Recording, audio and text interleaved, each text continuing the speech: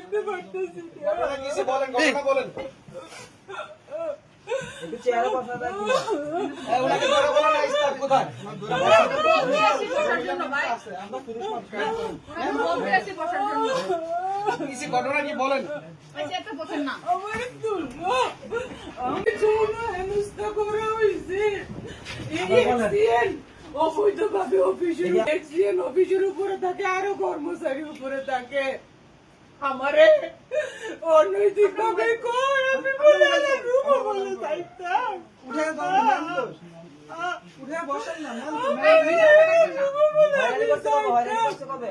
আমারে 21 তারিখ থেকে আর আগের থেকে আবার আলি প্রস্তাব দে, এবারে রুমে বলে যাইতাম। এক্সচেঞ্জারে রুমে বলে যাইতাম, বেড়ারে বলে খুশি করতাম। আর নাহলে আমারে বলে বদলি বলে করে দিব। নাম কি ওনার রাখছেন? নাম কি? নাম আবুল খায়ের, নির্বাহী প্রকৌশলী আমার অফিসের। এরপরে আমারে পানি দাও জান্নাত, আমার গলা শুকিয়ে যেতেছে, আমারে পানি দাও। ওনার অভিযোগ ওনাকে বলতে দেন। এরপরে করছে কি, হ্যাঁ, আপনার বিষয় না, এটা ওনার বিষয়। এরপরে আমি হেরা টেন্ডার করছে, হ্যাঁ। সে টেন্ডার চোর, সে টেন্ডার করছে। আমি এস্টিমেটর টিপু স্যারকে বললাম, স্যার আমার বলো আমি পারতাম না, আমি ওনার একটু সাইড দেন, উনি আসুন। ওনার একটু সাইড দেন। আমার তুলো। আপনার নাম কি? আপনি কোন পোস্টে আছেন আর কি সমস্যা বলেন? আমার নাম মুসাম্মদ তাসমিন আক্তার। আচ্ছা, কি হয়েছে? ঘটনা কি হয়েছে? হ্যাঁ উঠান উঠান, হ্যাঁ দোনো দাম। একটু ক্যামেরা ইয়ে করবে।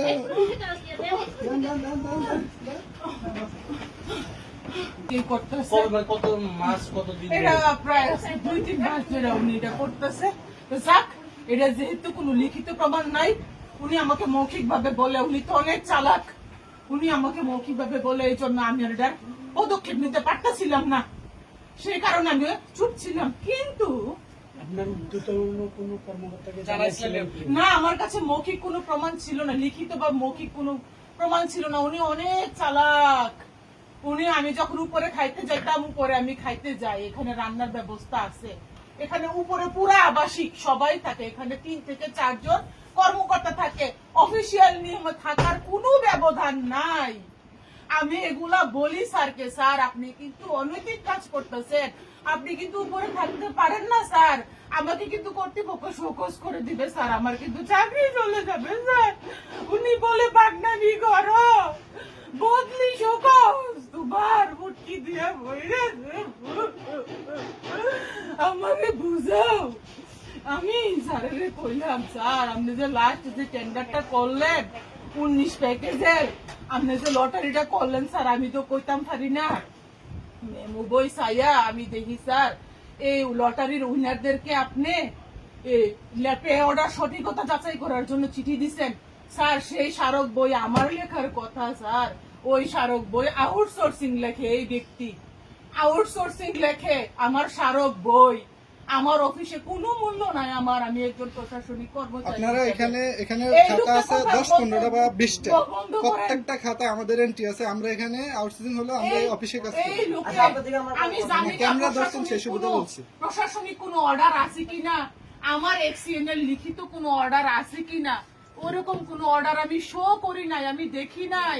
তারা যে মেমু বইটা তারা যে লিপিবদ্ধ করতে পারে, এই অর্ডার তো আমি দেখি নাই স্যার, তো আমাকে দেখাই নাই। আমি বললাম এস্টিমেটর টিপু স্যারকে, স্যার আপনি যে পে অর্ডারের জন্য যে চিঠি দিচ্ছেন, এই চিঠি তো আমি করছি না, এই চিঠির স্মারক তো স্যার 423, এই চিঠির স্মারক স্যার 423 স্যার হবে, এটা আমার চিঠি স্যার, এটা আমি দাখিল করব, এটা আমি স্মারক না বইয়ে লিখবো, এই চিঠির নিচে স্যার আমি ইনিশিয়াল করব স্যার, এটা অপ্রশাসনিক ভাবে এই চিঠিগুলা কেন যাচাইয়ের জন্য ব্যাংকে যাবে স্যার? তখন টিপু স্যার আমাকে বলে, নয়া ফুন্দে বাল উঠছে, অফিসারকে আসেন কাউন্টার করতে, চার্জ করতে। আমি বলি স্যার আমি তো আপনাকে চার্জ করতে পারি না, আমি কর্মচারী স্যার, চার্জ করার ক্ষমতা স্যার আমার নাই।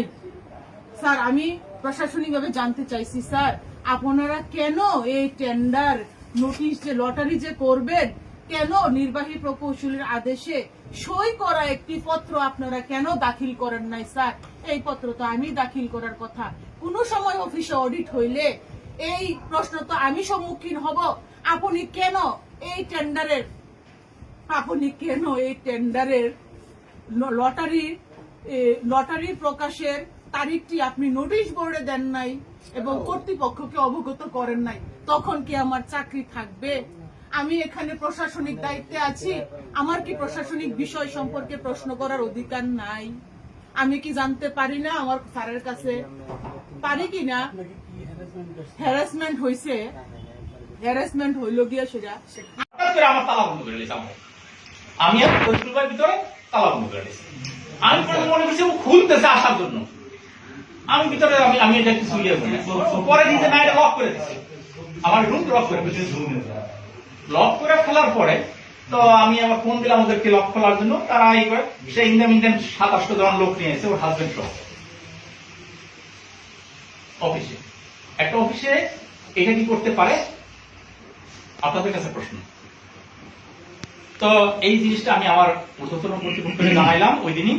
জানানোর পরে উনি আমার যে সিলেটের আমাদের তত্ত্বাবধায়ক প্রকৌশলী তাইফুর স্যার, উনি এটাকে আমার ডিপার্টমেন্টে জানাইছে।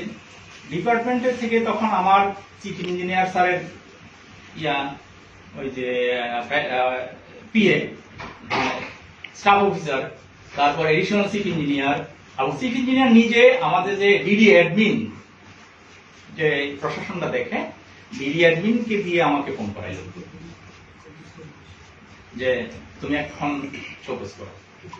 আমাকে 10 মিনিট সময় দিছিল, তখন ওনারা এনে সব লোক বসা। তো আমি ওনাদেরকে মাপ চাইলাম, ভাই আপনারা যান, আমি আমার হাতে আর কিচ্ছু নাই, আমি কিচ্ছু করতে পারবো না। আমি জানাইছি যেহেতু চাকরি করি আমাকে জানাইতে হবে, অবশ্যই কিছু হইলে আমার অথরিটিকে জানাইতে হবে। আমি জানাইছি, ওনারা যা করার উনি করবে। ইন দ্য মিন টাইম আবার কোথাও একটা চাচা শ্বশুর আছে, নাম জানি না, আমাদের ঠিকাদার, উনি ওরে ডাকায় নিয়ে আসছে মাপসা। মাপ তো চাইলই না, উল্টা আর অন্যান্য কথা বলে ওই দিন আবার অফিসে বাইরে গেল। গেছে গেল ওই দিনের ঘটনা। তারপর আজকে হইল কয় তারিখ? 24 তারিখ। গতকাল আসছে